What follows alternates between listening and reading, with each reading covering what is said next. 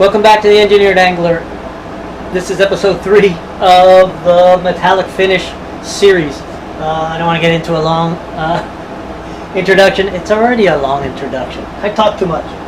Foil. Let's get to it.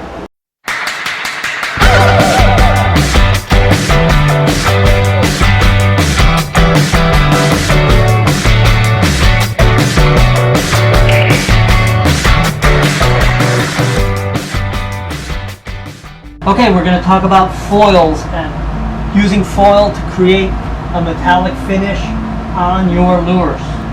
So first, let me turn off the AC. It's getting warm here in Florida, so I had to have the air conditioner on. Okay, so let's talk about foils. This is household foil. You can tell there's a shiny side, non-shiny side. If you're going to use household foil, I recommend you use the cheapest stuff you can find. The cheaper, the thinner, and that's why. And the thinner, the more it will conform to the curves of your lure. I spent a long time looking for gold foil. It took me probably 6 months scouring the internet, gold foil rolls, gold foil, this and that. Finally found this. This is used by the folks who color hair, believe it or not. I guess they ball it up, and I don't know how to use it, but I have no idea how to use it. But anyway, I know that's where I got this from. It comes from a hair and beauty products outfit on the internet. Get a roll of 250 feet, which will last you about a lifetime and a half. You can hand this down to your kids. So, but the easy part is that it's very thin, actually as thin as this. However they anodize this on here, it's micron thin, and that means you can't offend it too much. You'll lose it. Here's an example. So you can see that it's pretty shiny. I've abused this a little bit. The trick to using the household foils and this kind of foil is adhering it to your lure. There's the sledgehammer method, which is this contact cement, this DAP stuff, or Elmer's makes it too. It's thick, it's heavy, it's difficult to apply. There's no real way to thin it that I know of. So this is a little bit heavy duty to actually use it on this kind of foil. You can do it. The drawback on using the contact cement is that it has a thickness, it has its own texture, and so as you apply it and then put the foil over it, that texture comes through. If you don't care, that's fine. The other possibility is to use a spray adhesive. This is a contact cement in spray form. This is good. The only thing is that the sprayers on these things are usually pretty coarse. It isn't really super smooth. The best you can do with a spray, I believe, is this stuff or something similar to this. This is a Krylon product.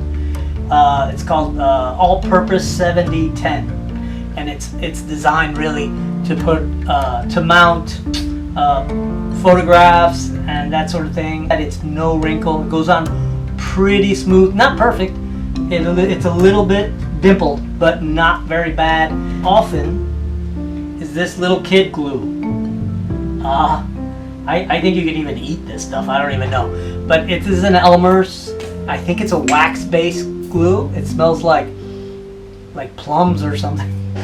Anyhow, this actually works, believe it or not. The only thing is you have to take a little care not to overwork the foil. So I'm going to go ahead and do a quick example, and I guess I'll use the gold just to show you.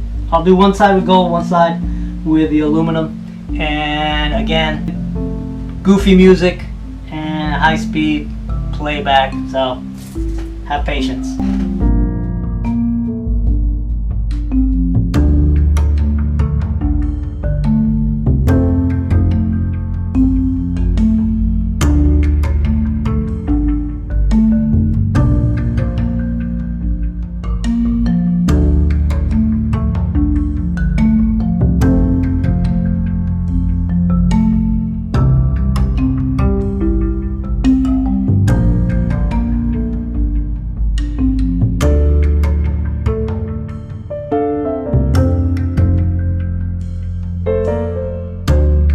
Trim this a little bit because I'm not being very careful.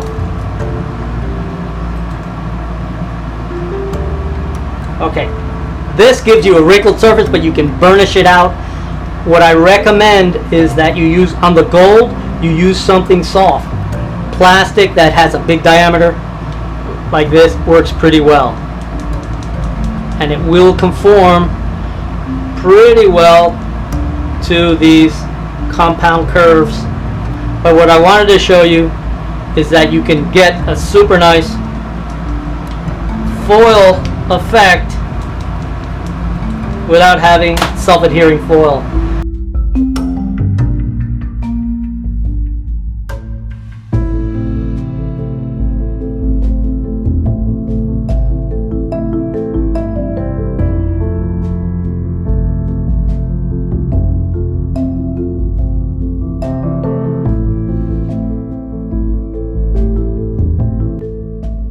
Right, so one of the things I discovered was, for some reason, I haven't figured out why, aluminum on aluminum gives you a better burnish. So for some reason, the aluminum tends to polish this out a little better than like a pencil or a pen. This gives you sort of an idea of what you're going to get. Right, so the last foil, and probably the best of the three, is the HVAC foil. But first, let me show you a quick trick to get both sides at one time. What I'll do is I'll draw it on the paper in the back. So you have, and then what I'll do is I'll fold it over.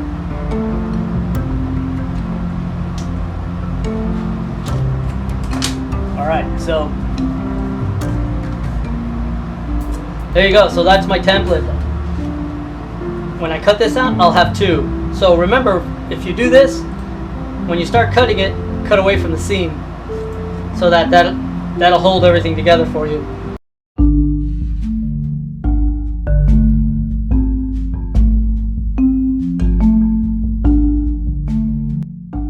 There they are. You have the right and the left side,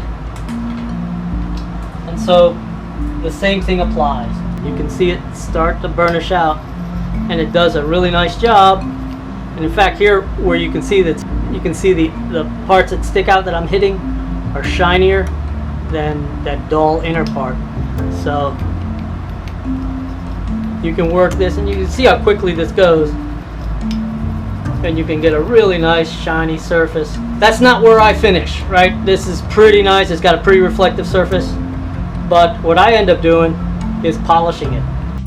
Get my Dremel tool with a little polish wheel on it. Just car compound. So I put a little on the wheel.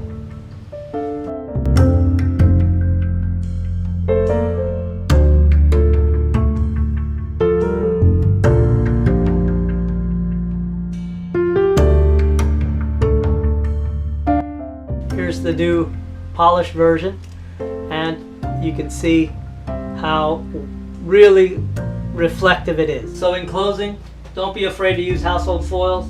So if you want a gold effect, you can get this hair stuff, and this is really your staple. If you're gonna do it, get some of this stuff. It works really well. The aluminum on aluminum trick, I promise you, you'll be astonished how shiny it comes out. But no matter what you use, be sure that you have a glassy surface to put it on top. The more textured the finish, whether it's from the body of the lure or from your glue, the more texture there is, the less of an actual reflective shine, the less it'll look like a mirror, and the more it'll just look like a flat piece of metal. Thanks for watching. I'll catch you on the next one. Thank you for commenting. To everybody who's commenting, I really appreciate that. And like, subscribe, share, all that good stuff. Thanks a lot.